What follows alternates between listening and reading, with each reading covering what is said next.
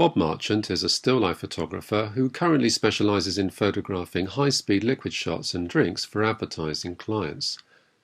I interviewed him at his home on the south coast of England, where we talked about his early adoption of digital technology, studio shooting techniques, and also his super yacht photography.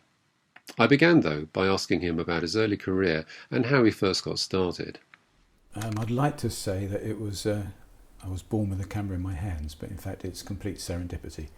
I went to grammar school where they didn't actually encourage any sort of artistic endeavours, and came out with 3 A-levels, pure maths, applied maths and physics.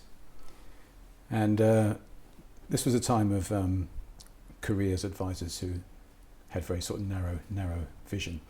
And I was advised that I should go to university and maybe do either civil engineering or maybe computer programming. But at the time it was the days of hippiedom, and the first thing I did was got a temporary job in St James's Park. Ended up working in Clarence House, the Queen Mum's house, as a garden labourer. And the wonderful head gardener, a lady called Benny, as it was getting towards winter, said, "I can't waste my life deadheading roses." So she got a copy of the Evening Standard, opened it up, and there was a job as photographer's assistant. And it all went downhill from then on, I suppose. It was in the days of Morgan and Swan, when they used to employ photographers, I ended up working as an assistant for 2 photographers, a guy called Angus Forbes, who's still life photographer. I remember meeting Angus a few times during the 80s, yeah. And you probably come across his sense of humour. Oh yeah, definitely. I saw a battered old fridge where he threw a strobe light at it in a fit of fury one day. He'd have a kinder side. Yeah. And Phil James, who was a beauty and fashion photographer. And I was thrown in the deep end. I found it to be tremendously hard work, long hours, but just about the best fun I'd had, and I was getting paid for it, albeit I think it was £10 a week at the time. After about 8 months, decided that it was time to sort of spread my wings a bit, I suppose. But I went to college for 3 years, London College of Printing, as it was then, LCC as it. What is it now? It's the London College of Communications. LCC, yes. Yeah. And couldn't get a grant. I'm not going to go into that now, but I couldn't get a grant to be there. And the way I actually earned my living was to photograph book covers while I was at college, which was great. So I used their facilities, and I used to shoot all sorts of things. It was dead bodies on train lines, dead bodies in the sea, men on fire, naked women carrying high-powered rifles, glasses with bullet holes in, book covers of all sorts. And it was a great grounding in photography. When I was doing these jackets, I actually had an agent who I worked through, a guy called John Spencer, who was, as you call him, an Epicurean and a polymath. He loved his food, and he loved to do everything as well as being an agent. And he showed me at the time how it's important to take in everything, everywhere, all of the time, and feed it back into what you do. At one point you did have a studio in King's Cross, I believe, and you were shooting commercials quite a bit, and then you stopped all that and went over to the United States. How did that come about? I suppose you could call it the sort of victim of empire building. As the business grew and started shooting commercials and bigger sets, bought 3,500 square foot of wonderful studio space. Actually it was industrial space, which was in bad repair in King's Cross, and spent 6 months of sort of intense work rebuilding it, and then another 2 years refining the bits and pieces that made it the perfect studio. And then there was a knock at the door from British Rail, and they said they wanted to compulsory purchase the studio for the Channel Tunnel Terminal, which was then going to be actually sited underneath the studio. And by then I'd been working pretty much nose to the grindstone for about 16 years, and thought it might be time to take a sabbatical. So we decided to up sticks, spread our wings, and go to California for a while. See what the market was like there, especially in moving image, because there was a guy out there I knew ran a production company. Mm-hmm. But then a little ad turned up in a magazine, which was "Sell the world, no experience necessary." And I showed it to the wife and said, "We can do this," and she said, "No, we can't." After a bit of negotiation, we did. We went off and we sailed around the world, did the Atlantic and the Pacific, and that was a great sort of game changer in terms of what is and isn't important. Came back from that trip after about a year, went back to LA, and for me this is when the digital thing started kicking in. It was beginning to get quite interesting. A few years of just playing with Photoshop, and then started renting scanning backs, doing an occasional shoot on the scanning back. And then from then, I think I bought the second generation Sinar, which was that wonderful 23, Sinar 23, with its great 6 megapixel chip. And it just got terribly exciting and new. It was new and it was wonderful. What's the production schedule like when you're working on, on a typical job? I mean, when you get a brief for doing a particular shoot, how much time do you get to prepare with all the meetings and stuff like that? What would be a typical project? Anything from 2 weeks to half a day. I mean, we've got earlier on today, took a brief for a shoot which may be Monday or Tuesday of next week. Fairly simple shot, but there's not a lot of time to think about it. The bigger the job, the more pre-production meetings, and we are finding that actually even the smaller the job, there's lots of pre-production meetings now, but generally quite close to the actual shoot. And is each job quite different in the way you have to execute the brief? There's a certain, it's sort of delicate areas. Given the present financial climate, there's a certain sort of homogenisation of briefs, because they go through so many iterations of approval with clients and with agencies, art directors, accounts people. It tends sometimes to take the edge off of what could be a more exciting shoot, and it's our job to then start to bring it back to them.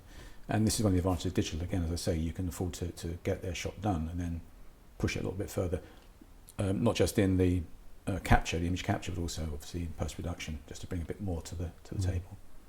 Can you share any of the secrets behind how you create the waves, especially in your bottle shoots? I was thinking, for example, the Talisker whiskey shoot that you did.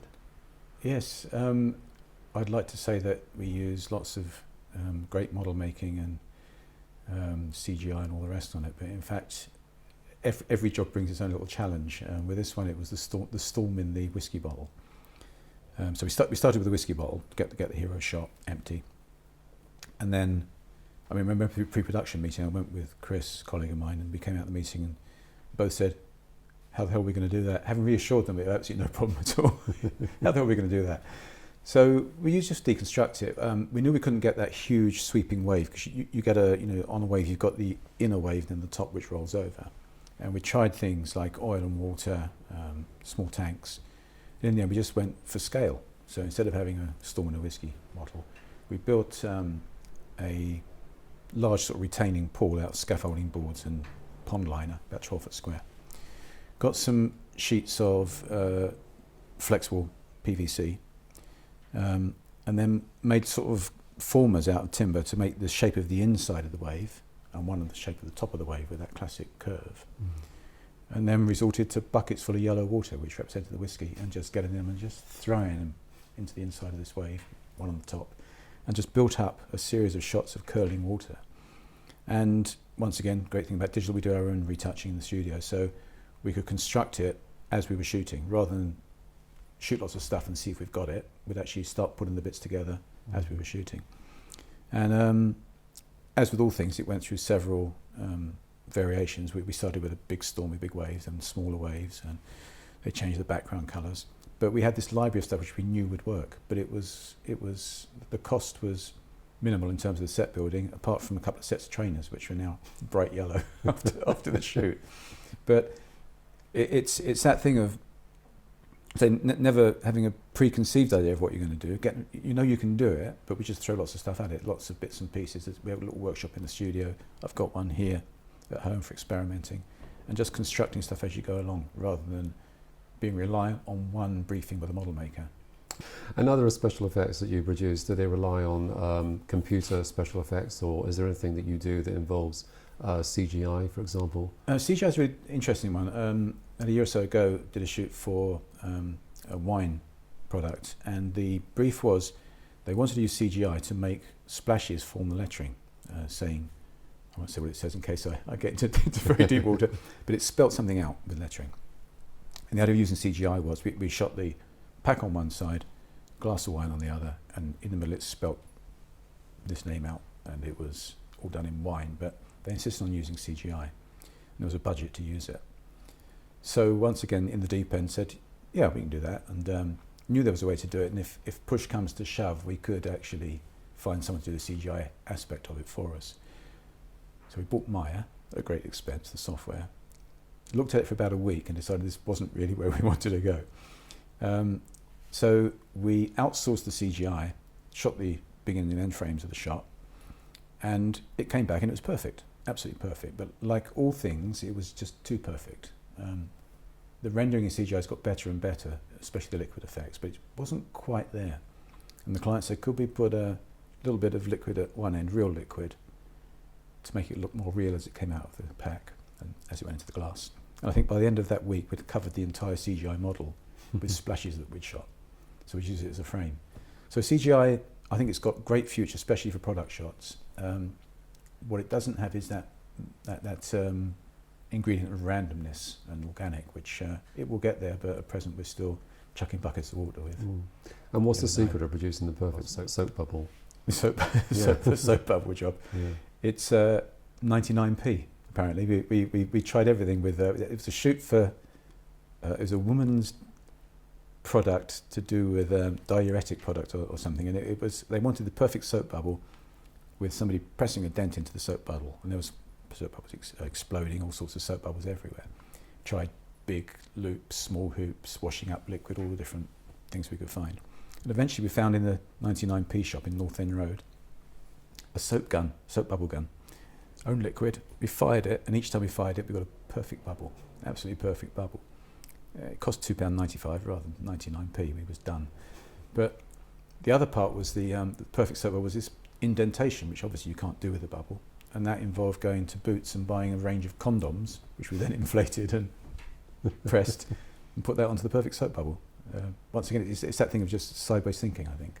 Was that shot outdoors? I mean, that wasn't, some of it was done in the studio, but it looked like it was an outdoors shot that you produced. The perfect bubble was shot both outdoors and in the studio, and then there was a whole range of backgrounds it had to fit into, so we'd have a generic bubble which we could then drop into different.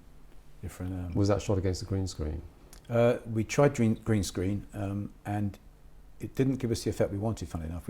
We tried it before on translucent objects, but all we did was shot it against black and then used desaturated the shot and used it as a channel mask, and it worked perfectly, just to drop it straight back into the background.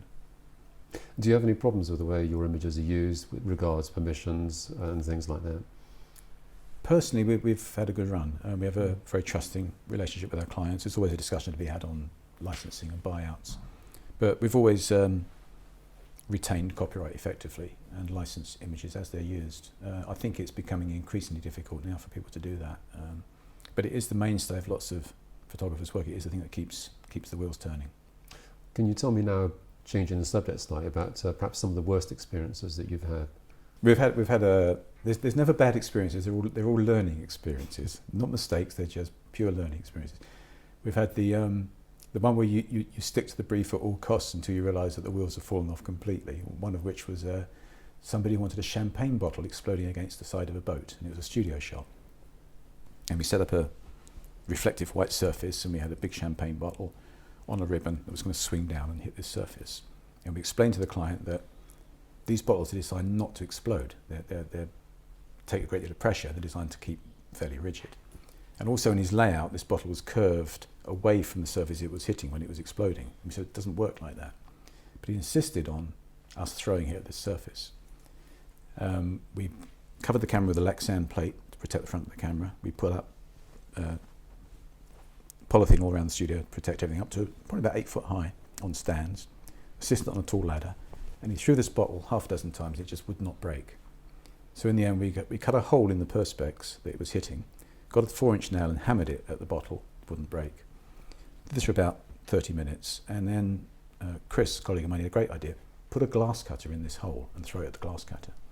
By this time the bottle had been thrown a good 20 times, and when it hit the glass cutter, it must have vaporised. It just, all we had was a shot of a bit of foam. And then we realised we had lots of shards of glass in our hair. It had just gone straight over the set. And at that point we decided we'd shoot it the way we'd normally shoot it, and we'd collected the bits of bottle. We did this about 3 times. Got the bits of bottle, stuck them together with hot glue so that they formed the shape of a breaking bottle, stuck them on that sheet of perspex horizontally, and pumped apple tango through the bottom so it exploded from the bottle. Completely controllable, but completely realistic. I mean, it looked fantastic. And the big mistake, learning curve there, was never use apple tango in a studio because it stuck to the floor for, are we allowed to use brand names, for about 5 days. It was quite an experience cleaning the floor. And then looking at the business as a whole and where we are at the moment and looking ahead to the future, I mean, what sort of predictions do you see for the photographic industry? the cynic in me would say that we're the typesetters of the new millennium, I think. The issue is that it's a democratization of photography. Everybody says it's not the equipment, it's your eye that counts. I would go beyond that. I would say it's your eye and the 10,000 hours. You know, it's the classic, you're not really good at something until you've done those 10,000 hours at it, you become experienced. But we have to realise that and people would argue, but I think a good 80% of photography that used to be considered professional can now be done reasonably easily with a decent DSLR and a couple of weeks training. That's probably a terrible thing to say, but that... No, but I think it's true, yeah. So, I mean, that's one of the reasons for concentrating, having niche markets and to distinguish you from the crowd with the drinks and the boats. They're two very narrow markets. Doesn't stop the desire to shoot other stuff and the ability and the ability to shoot other stuff.